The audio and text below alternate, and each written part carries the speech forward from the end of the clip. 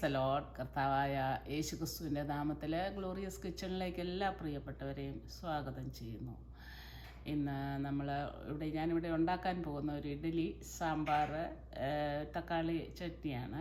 ഇഡ്ഡലി എല്ലാവരും തന്നെ ഉണ്ടാക്കുന്നതാണ്, അതിൽ പ്രത്യേകതയായിട്ടൊന്നും ഇല്ലായിരിക്കാം. എന്നാൽ ഇഡ്ഡലി വന്ന് കഴിക്കുന്നവർ ചോദിക്കുന്നത് എന്താ ഇത്ര നല്ല സോഫ്റ്റായിട്ടുള്ള ഇഡ്ഡലിയാണല്ലോ എന്ന് പറയാറുണ്ട്. അപ്പം ഞാൻ ഉണ്ടാക്കുന്ന രീതിയിൽ ഒന്ന് ഇട്ടേക്കാമെന്ന് വിചാരിച്ചു. അപ്പോൾ ഇഡ്ഡലി അത് പോകുന്നതിന് മുമ്പ് നമ്മുടെ ആത്മീയ ഭക്ഷണമായ ഇന്നത്തെ ദൈവവചനം യോഹന്നാൻ്റെ സുവിശേഷം 14-ാം അധ്യായം അതിൻ്റെ 27 ഇപ്രകാരം പറയുന്നു: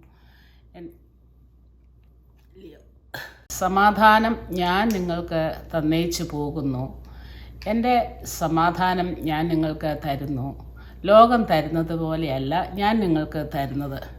അതെ, കർത്താവായ യേശുക്രിസ്തു പറയുകയാണ്, ആ ദൈവികമായിട്ടുള്ള സമാധാനം നമുക്ക് തരികയാണ്. നമ്മൾ കർത്താവായ യേശുക്രിസ്തുവിനെ സ്വന്തം രക്ഷിതാവും നാഥനും കർത്താവുമായിട്ട് സ്വീകരിച്ചു കഴിഞ്ഞ് കർത്താവിൽ നമ്മൾ ജീവിക്കാൻ തുടങ്ങുമ്പോൾ നമുക്ക് ദൈവം തരുന്ന വലിയൊരു പ്രോമിസാണ്. നമ്മുടെ ജീവിതത്തിൽ പലവിധമായ പ്രശ്നങ്ങൾ നമുക്കുണ്ടാകാം, ആരും പ്രശ്നങ്ങൾ ഇല്ലാത്തവരില്ല. എന്നാൽ ഏത് പ്രശ്നങ്ങളുടെ മധ്യത്തിലും നമ്മുടെ ഉള്ളിൽ വലിയൊരു സമാധാനം, അത് അനുഭവിക്കുന്നവർക്ക് തീർച്ചയായിട്ടും അതറിയാൻ സാധിക്കും.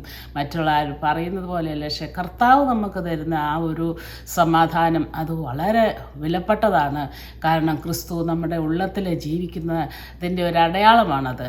അപ്പോൾ എല്ലാ മക്കളും ഈ ഒരു ക്രിസ്തു ജീവിക്കുന്ന ഒരു അനുഭവത്തിലേക്ക് കടന്നു വരിക, ദൈവികമായിട്ടുള്ള സമാധാനം നിങ്ങളും അനുഭവിക്കുക. ഇതാകുന്നു എൻ്റെ പ്രാർത്ഥനയും എൻ്റെ അപേക്ഷയും. ഇനി നമുക്ക് നമ്മുടെ ഇഡ്ഡലി ഞാനിവിടെ ചെയ്യുന്നത് എങ്ങനെയാണെന്ന് ഒന്ന് നോക്കാം. ഇഡ്ഡലിക്ക് നമ്മൾ റൈസ് എടുക്കുമ്പോൾ ഇതിപ്പോൾ നിങ്ങൾ ഏത് അളവ് പാത്രത്തിനകത്ത് എടുക്കുന്നോ ആ അളവാണ്.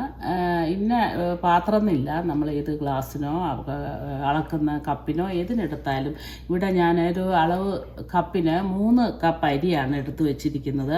അതിലേക്ക് 1.5 കപ്പ് ഉഴുന്ന്. അപ്പോൾ ഇത് മുഴുവൻ ഉഴുന്ന്, സ്പ്ലിറ്റ് ചെയ്യാത്ത ഉഴുന്നായതുകൊണ്ട് ഒരു 1.25 കപ്പ് എടുത്തിട്ടുള്ളൂ. കാരണം ഇത് ഞാനിവിടെ ഗ്രൈൻഡറിൽ അരയ്ക്കുന്നത് കൊണ്ട് നല്ലപോലെ പതഞ്ഞു വരും. മിക്സിയിൽ അരച്ചാൽ അത്രയും വരികയില്ല. പക്ഷേ ഈ ഗ്രൈൻഡർ വാങ്ങിച്ചതിന് ശേഷം എനിക്കത് ഒത്തിരി ഇഷ്ടമാണ് അതിൽ അരയ്ക്കാനായിട്ട്. പിന്നെ അതിലേക്ക് വേണ്ടിയത് ഞാനിവിടെ വെള്ള അവിലാണ് എടുത്തിരിക്കുന്നത്. ഇതുപോലെ അളവ് കപ്പിന് ഒരു കപ്പ് അവലെടുത്ത് കുതിർത്തി വയ്ക്കും.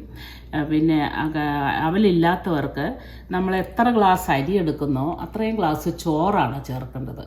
പിന്നെ മറ്റൊരു കാര്യം ശ്രദ്ധിക്കാനുള്ളത്, അരി അരയ്ക്കും. ആദ്യം ഉഴുന്നരച്ച് കഴിഞ്ഞ് അരി അരയ്ക്കുമ്പോൾ അരി തരിതരിപ്പായിട്ട് അരയ്ക്കുക. അതിൽ കണ്ടമാനം അരഞ്ഞു പോകരുത്. അല്പം തരിതരിപ്പോടു കൂടി അരി അരച്ച് കഴിഞ്ഞാൽ ഇഡ്ഡലി ഉണ്ടാക്കുമ്പോൾ വളരെ നല്ലതാണ്, നല്ല പൂ പോലെ വരും. ഇത്രയാണ് ഞാനിത് ഇവിടെ ചെയ്യുന്നത്. അപ്പോൾ ഇത് നമുക്ക് വെള്ളത്തിൽ കുതിർത്തി അരച്ച് വെച്ചിട്ട് പൊങ്ങാൻ വയ്ക്കാം. നമ്മൾ അരച്ച് വെച്ചിരിക്കുന്ന ഇഡ്ഡലിയെല്ലാം പൊങ്ങി വന്നിട്ടുണ്ട്. അപ്പോൾ ഇനി അത് നമുക്ക് ആവിയിലത് വേവിച്ചെടുക്കാൻ നോക്കാം. അതിൻ്റെ ഇളക്കി നോക്കിയിട്ട് അതിൻ്റെ വെള്ളമൊക്കെ പാകമാണെന്ന് നോക്കാം. അതെങ്ങനെ അറിയണം പാകമാണെന്ന്? അതിങ്ങനെ നമ്മളൊന്ന് പയ്യെ ഇളക്കി നോക്കുമ്പോൾ അറിയാം. അപ്പം ഇങ്ങനെ ഇനി അധികം ലൂസായി പോകണ്ട.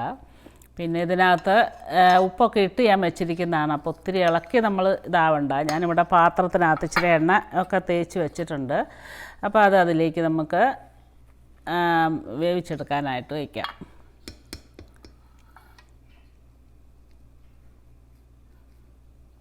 ഇത് എത്ര നേരം ഇരിക്കണം? ഇതൊരു 10 മിനിറ്റൊക്കെ ഇരുന്നാൽ മതി. തിളച്ച് കഴിഞ്ഞാൽ നമുക്കിത് ഇഡ്ഡലി അങ്ങ് വേവിക്കാനായിട്ട് വയ്ക്കാം. 10-15 മിനിറ്റ് ഇരുന്നാൽ മതി, വെന്ത് കിട്ടും. ഇപ്പം ഇഡ്ഡലിയൊക്കെ പാകത്തിനായിട്ടുണ്ട്. ഇനി ഇതിൻ്റെ വേവൊക്കെ അറിയാൻ മേലാത്തവർക്ക് വേണ്ടിയിട്ട് മാത്രം ഇതിപ്പോൾ ഇങ്ങനെ ഒരു ടൂത്ത് പിക്ക് കൊണ്ടോ എന്തെങ്കിലും നോക്കിയാൽ ഇതിലൊട്ടി പിടിക്കുകയില്ല. 10-15 മിനിറ്റ് വരെ ധാരാളം മതി. ഇപ്പം എല്ലാവരും തന്നെ ഇഡ്ഡലി ഉണ്ടാക്കുന്നവരായതുകൊണ്ട് അറിയാം.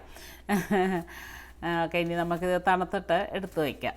ഞാൻ തണുക്കാൻ വെച്ചു. ഇത് നമ്മൾ അടുപ്പിൽ നിന്ന് വാങ്ങിക്കഴിയുമ്പോൾ തന്നെ ഇങ്ങനെ പുറത്ത് ഇങ്ങനെ വെള്ളം ഒഴിച്ചു കൊടുത്താൽ, പൈപ്പിൻ്റെ ഒട്ടി വെച്ച് കൊടുത്താൽ പെട്ടെന്ന് തണുത്ത് കിട്ടും. പിന്നെ വിട്ടുപോരുകയും ചെയ്യും. പിന്നെ വിട്ടുപോരാനായിട്ട് ഇങ്ങനെ ഏതെങ്കിലും ഒരു സ്പൂണോ ഏതെങ്കിലും ഒന്ന് നനച്ച് കൊടുത്തിട്ട് ഇങ്ങനെ എടുത്താൽ മതി. അപ്പോൾ ഇഡ്ഡലി നല്ലതായിട്ട് വിട്ടുപോരും. ഇനി നമുക്കിതിനെ എടുത്ത് പാത്രത്തിലേക്ക് എടുത്ത് വയ്ക്കാം. ഇഡ്ഡലിയൊക്കെ നല്ല സോഫ്റ്റായിട്ടുള്ള ഇഡ്ഡലിയാണ്. കണ്ട നല്ലതായിട്ട് പൂ പോലെ ഇരിക്കുന്നതാണ്. അപ്പോൾ എല്ലാവരും ഇങ്ങനെ ഉണ്ടാക്കാത്തവരിങ്ങനെ ഉണ്ടാക്കി നോക്കുക. അതിനോടൊപ്പം ചട്നി, സാമ്പാർ എല്ലാം കൂട്ടി കഴിക്കാം. ഇനി നമ്മൾ വീണ്ടും കണ്ടുമുട്ടും വരെയും കർത്താവിൻ്റെ വിസ്താരമേറിയ ചിറകനടിയിൽ നമ്മെ ഏവരെയും കാത്തു സൂക്ഷിക്കട്ടെ എന്ന പ്രാർത്ഥനയോടുകൂടി നന്ദി.